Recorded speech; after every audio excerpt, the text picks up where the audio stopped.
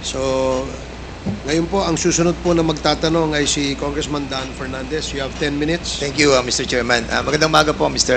President, at sa lahat po ng mga resource persons who are here today. Magandang umaga po. Mr. Chairman, Mr. President, sa inyo pong campaign promise, nasabi na po natin na 3 buwan, 6 na buwan po yung ating pong pangako, pero umabot po ito ng 6 na taon. At dito po sa 6 na taon na to ay naganap ito pong mga allegation of the extrajudicial killing. Sa isang press con po na napanood ko po ay nabanggit nyo po yung reward system na binabanggit nyo po yung 3 milyon para po dun sa eradication ng drug lords. At meron din po kayo nabanggit doon sa 2 milyon naman po para po dun sa mga drugista. At meron din po kayong binanggit doon na second echelon na almost 1 million. Ito po ba ay totoo, Mr. President? Correct. I was fighting a drug war. Doon sa mga manufacturers, sinasabi ko talaga patayin ninyo. Patayin ninyo. Huwag na ninyong, basta maabot na ninyo dyan sa factory na nagluluto ng Cebu, patayin ninyo. Yan ang utos ko. And I assume for responsibility. Okay, Mr. President.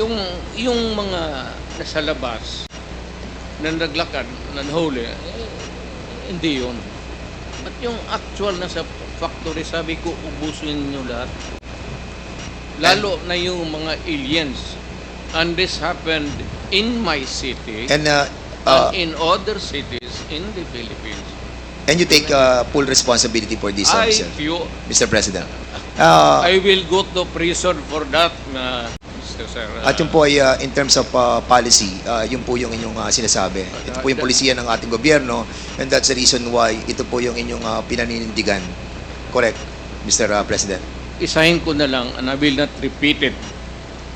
I did it as a matter of principle to protect my country. That is the long and short of it. Kung anong tanong man ninyo. Mr. Chairman, recently lang po, si PNP Chief Marbil ay meron po siyang interview dito po sa, can you kindly show yung GMA News Online number 12. At sinabi po ni PNP Chief Marbil that based on the official PNP data from July 2016 to June 2022, Marbil said that 1,286 officers were affected in the line of duty, with 312 killed and 974 wounded. And at the same time, sabi niya po, Mr. President, Mr. Chairman, that these police officers carried out their responsibilities with dedication and often faced considerable risk to ensure public safety. Many officers endured not only physical harm, but also found themselves entangled in legal and administrative challenges.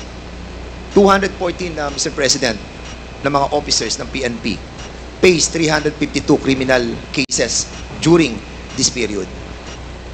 And according to him, that while the promise of support was made, many officers continued to face consequences largely on their own. Dinagdag pa po niya, Mr. President and Mr. Chairman, that 195 officers were dismissed over the period of 6 years. There are also 398 cops facing dismissal for various reasons. More than 20 police officers are currently in detention right now, Mr. President. The PNP chief said that numbers remind us that the impact of the anti-drug campaign was deeply felt by our police force as well.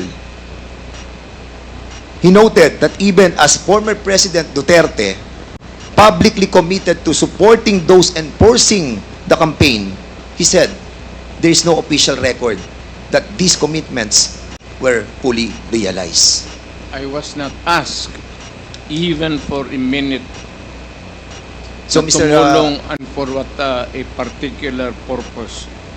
Then I will now make this promise.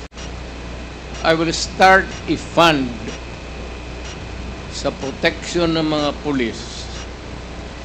I'm putting up 1 million. Paghahanap ako, meron akong 1 million. Hindi ako kung meron million lang, magbubula ako, sabihin ko wala. Mr. Chairman. I'll start. Yeah. But I'll raise a fund para tulungan yung mga pulis. Mr. President. And I will personally appear in court. Ako mismo ang Mr. mag-defense counsel nila.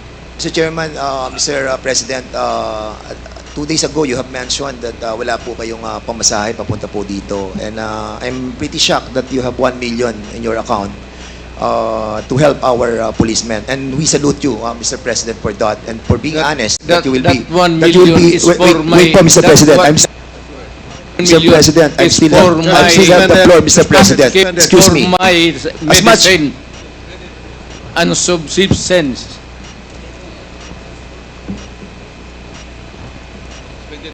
No, suspended tayo, suspended.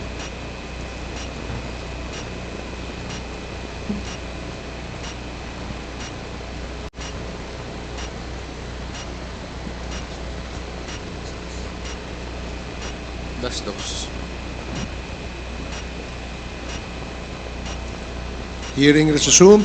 Again, let me remind everybody to please calm down. Let the person talking finish his sentence first before you interject. Okay? Yun lamang po ang aking paalala sa lahat. Mr. President, Mr. Chairman, yung pong 1 million na ipagkakalob po ninyo will go a long way. And we are very thankful because marami pong mga officers po natin, mga kapulisan po natin na natanggal na po. As a matter of fact, to be exact with that, Mr. Chairman, 195 officers na po itong na-dismiss. Nasira po ang kanilang buhay, nawalan po sila ng trabaho, they were humiliated, their dignity was lost. And Mr. Chairman, Mr. President, that 1 million will go a long way. I will hand to you the 1 Point million of order, Mr. Chairman. before this. Point of order, Mr. Chairman. What is the rule that was violated? What is the point of order of Congressman The Paduano? former president is speaking without the recognition of the chairman. And please, Mr. President, for President, you know the rules. It was read by Chairman Acop. And being a former congressman, you know the internal rules. Let the members of this committee finish the question before answering. That's my first point of order, Mr. Chairman. And I hope the former president understand. Nakalimutan The rules. ko na yun. Yung rules na yun. Oh, now, I now want you. Hindi Pinapaalala ko po. I'm not, Now again, I am Mr. not- Chairman. Chairman, Hearing suspended. the former president is Hearing speaking. suspended.